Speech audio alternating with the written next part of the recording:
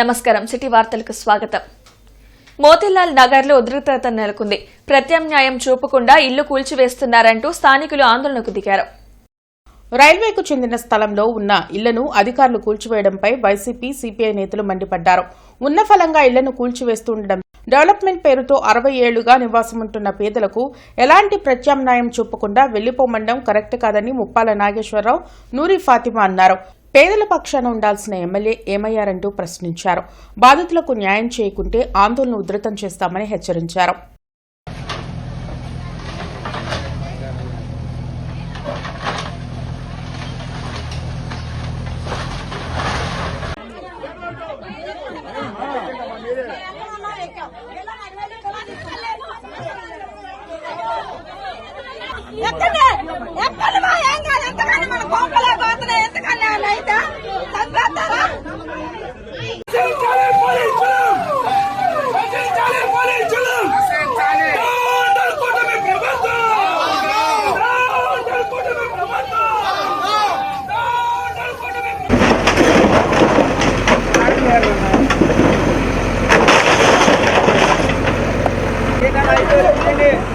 ఇవన్నీ రావు బాగుండే ఎమ్మెల్యే చెప్పి బాగానే ఎమ్మెల్యే చెప్పి బాగా ఇవన్నీ రావు.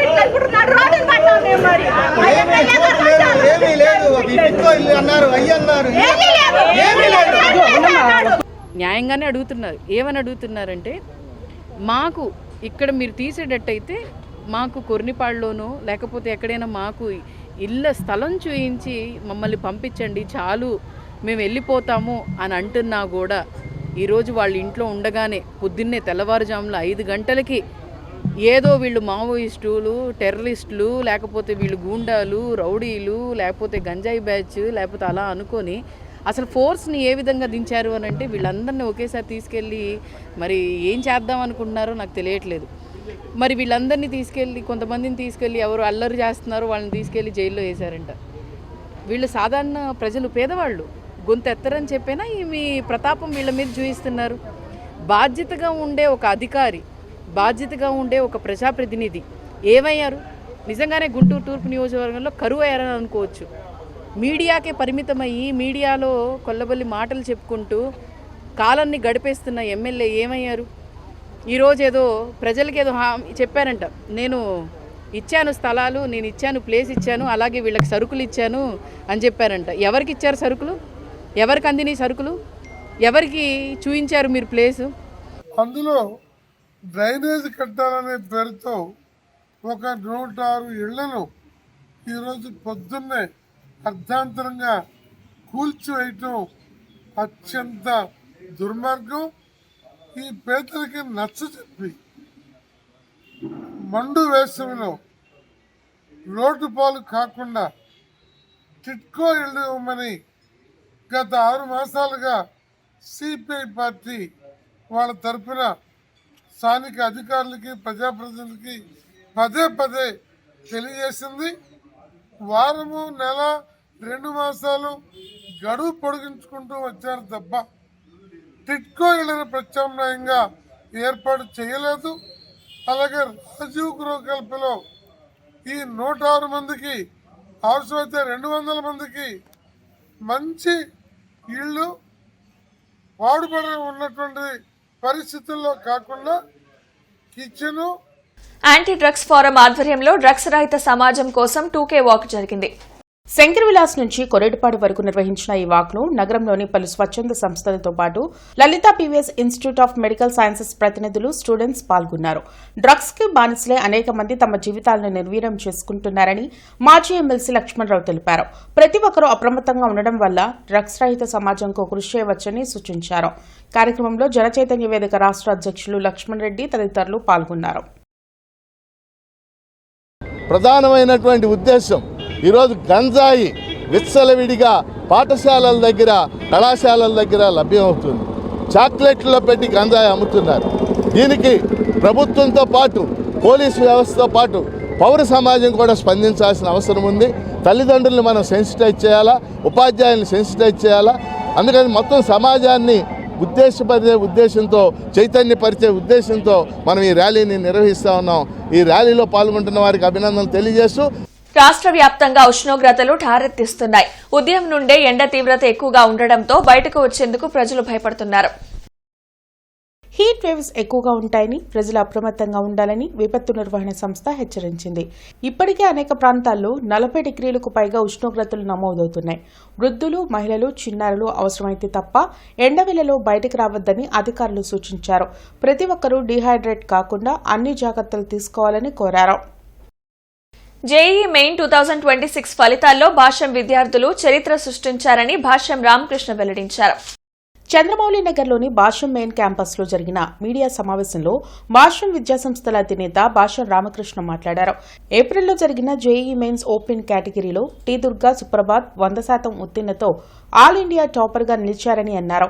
ఆల్ ఇండియా లెవెల్లో దుర్గా సుప్రభాత్ 11వ ర్యాంక్ సాధించారని తెలిపారు. అదేవిధంగా వివిధ కేటగిరీల్లో జేసీహెచ్ వర్షిత్ ఆల్ ఇండియా 5వ ర్యాంక్, డి పవన్ 6వ ర్యాంక్ సాధించారని చెప్పారు. అంతేకాకుండా ఆల్ ఇండియా లెవెల్లో 150 లోపు 10 ర్యాంకులు, 200 లోపు 21 ర్యాంకులు సాధించారని రామకృష్ణ వెల్లడించారు. ఈ సందర్భంగా ఆల్ ఇండియా లెవెల్లో ప్రతిభ కనబరిచిన టి దుర్గా సుప్రభాత్ కు 10 లక్షల చెక్కును భాష్యం రామకృష్ణ అందించారు.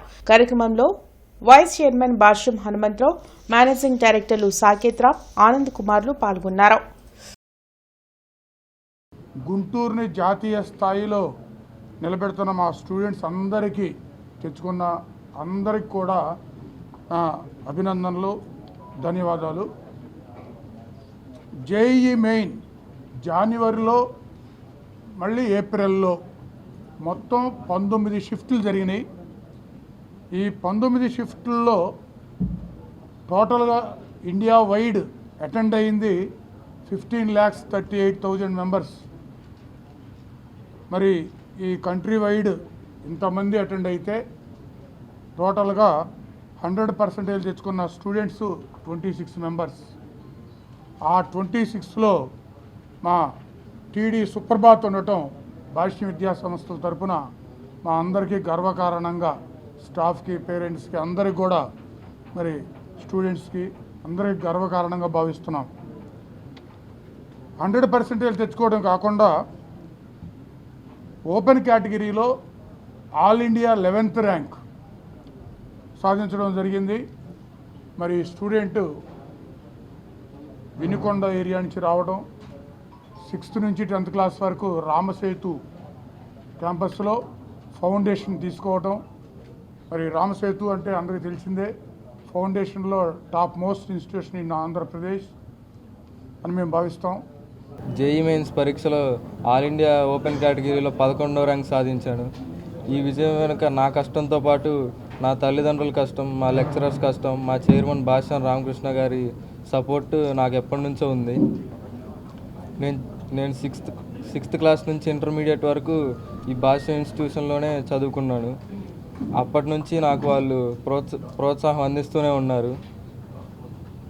మా ఎగ్జామ్స్ అన్నీ ఎప్పుడు ఆన్లైన్ బేస్డ్గానే జరగటం వల్ల నాకు ఫైనల్ ఎగ్జామ్లో కూడా కాస్త ఈజీగా ఉంది. మేము ఎగ్జామ్ సబ్మిట్ చేసినామంటే మాకు అనాలిసిస్తో పాటు ఏ క్వశ్చన్కి ఎంత టైం స్పెండ్ చేసామనే అదంతా వస్తుంది. దాంతో నేను నా తప్పులు అవన్నీ ఈజీగా సరిదిద్దుకోగలిగాను. ఉమ్మడి గుంటూరు జిల్లా అపరిష్కృత ఉద్యోగ, ఉపాధ్యాయ, పెన్షనర్ల సమస్యల సాధనకై పీఆర్టీయూ ఆధ్వర్యంలో కలెక్టరేట్ ఎదుట ధర్నా నిర్వహించారు. ప్రోగ్రెసివ్ రికగ్నైజ్డ్ టీచర్స్ యూనియన్ ఆధ్వర్యంలో జరిగిన ధర్నా కార్యక్రమంలో AP NGO association president G Srinivasarao ముఖ్య అతిథిగా హాజరయ్యారు. ఈ సందర్భంగా జిల్లా అధ్యక్షులు రామకృష్ణ, జేఏసీ నాయకులు శ్రీనివాసరావు మీడియాతో మాట్లాడారు. 3 సంవత్సరాలు అవుతున్నా ఇంతవరకు పీఆర్సీ కమిటీ వేయలేదని మండిపడ్డారు. కూటమి ప్రభుత్వం అధికారంలోకి రాగానే ఉద్యోగుల సమస్యలను తీరుస్తామని ఇచ్చిన హామీని మర్చిపోయారన్నారు. వెంటనే సిపిఎస్ రద్దు చేసి పాత పెన్షన్ విధానాన్ని పునరుద్ధరించాలని డిమాండ్ చేశారు. ఈ కార్యక్రమంలో ఎం రాంబాబు, పి శ్యామ్ మోజేస్, నాగమణి, అబ్దుల్ రజాక్, శ్రీనివాసరెడ్డి తదితరులు పాల్గొన్నారు. మరి తక్షణమే ఆ డిఎల్ చెల్లించాలని, మరి గత 31 మార్చి 31 తారీఖుల్లో మరి పెన్షనర్కి రావాల్సిన పెన్షనర్స్కి కానీ మరి సర్వీసులో ఉన్న ఉద్యోగ ఉపాధ్యాయులందరికీ కూడా 7,238 కోట్ల రూపాయలు రిలీజ్ చేసినందుకు ఈ సందర్భంగా గౌరవ ముఖ్యమంత్రి గారికి, ఫైనాన్స్ మినిస్టర్కి, ఫైనాన్స్ అధికారులు కూడా ధన్యవాదాలు తెలియజేసుకుంటూ, అదేవిధంగా టీచర్స్కి సర్వీస్ రూల్స్, మరి ఆ సర్వీస్ రూల్స్ను మార్చాలని చెప్పేసి టెట్ మరి ఉపాధ్యాయులు టెట్లో క్వాలిఫై అయితేనే మరి వాళ్ళు ఉపాధ్యాయులు అని చెప్పేసి సుప్రీంకోర్టు మధ్య తీర్పు ఇవ్వడం జరిగింది. బ్రాహ్మణ సేవా సంఘం సమాఖ్య ఆధ్వర్యంలో ఆదిశంకరాచార్యుల జయంతి జరిగింది. గుంటూరులో నిర్వహించిన కార్యక్రమంలో కోనూరి సతీష్, పాండురంగ విఠల్, జగన్మోహన్ రాజు తదితరులు పాల్గొని ఆదిశంకరాచార్యుల చిత్రపటానికి పుష్పాంజలి ఘటించారు. సనాతన ధర్మాన్ని ప్రజల్లోకి తీసుకెళ్లేందుకు ఆదిశంకరాచార్యుల స్వామి విశేష కృషి చేశారని తెలిపారు. ప్రధానంగా ఆదిశంకరాచార్యులు వారి జయంతిని జరుపుకోవటం చాలా ఆనందదాయకం. ఈ భారతదేశంలో పుట్టిన ప్రతి ఒక్కళ్ళు కూడా కులాలకు అతీతంగా, మతాలకు అతీతంగా, ప్రాంతాలకు అతీతంగా ఆదిశంకరాచార్యులు వారిని యొక్క జయంతిని జరుపుకొని, అలానే కేంద్ర ప్రభుత్వం కూడా వారి జయంతిని జాతీయ పండుగగా నిర్వహించాలని మేము ఈ రోజున ఈ యొక్క సమావేశం ద్వారా తెలియజేస్తున్నాం. గోరంట్ల అన్నపూర్ణ నగర్లోని పద్మావతి ఆండాల్ సమేత వెంకటేశ్వర స్వామి దేవస్థానంలో విశేష పూజలు జరుగుతున్నాయి. అష్టబంధన మహాసంప్రోక్షణ సహిత మహాకుంభాభిషేకంతో పాటు జీవధ్వజస్తంభ ప్రతిష్ఠా మహోత్సవ కార్యక్రమాలు కొనసాగుతున్నాయి. ప్రత్యేక హోమాల్లో భక్తులు పాల్గొంటున్నారు. ఈ నెల 23వ తేదీన మహాకుంభాభిషేకం, శ్రీనివాస కళ్యాణం జరుగుతుందని ఆలయ కమిటీ చైర్మన్ కంచర్ల ఆంజనేయులు, అధ్యక్షులు ఎర్రంశెట్టి వేణుగోపాల్ తెలిపారు. భక్తులు పాల్గొని శ్రీవారి ఆశీస్సులు పొందాలని కోరారు. కాబట్టి 23వ తారీఖు 8 గంటలకి ధ్వజస్తంభం ప్రతిష్ట, 10:30కి మహాకుంభాభిషేకము, 11 గంటలకి అన్న సమారాధన జరుగుతుంది. కాబట్టి భక్తులు వచ్చి స్వామివారి ఆశీస్సులు తీసుకొని, స్వామివారి ప్రసాదాలు తీసుకొని వెళ్ళవలసిందిగా మరీ కోరుతున్నాము. అట్లే సాయంత్రము 23వ తారీఖు సాయంత్రము శాంతి శ్రీనివాస కళ్యాణం జరుగుతుంది. ఆ కళ్యాణంలో గొప్పగా 5-6 వేల మంది పాల్గొంటారు. దాని విశేషంగా 51 కేజీ లడ్డు తయారు చేసి స్వామివారి పాదాల దగ్గర పెడుతున్నాము. ఆ లడ్డు ఎవరైనా వాడుకొని తీసుకెళ్ళొచ్చు. ఈ వార్త ఇంతటితో సమాప్తం. నమస్కారం.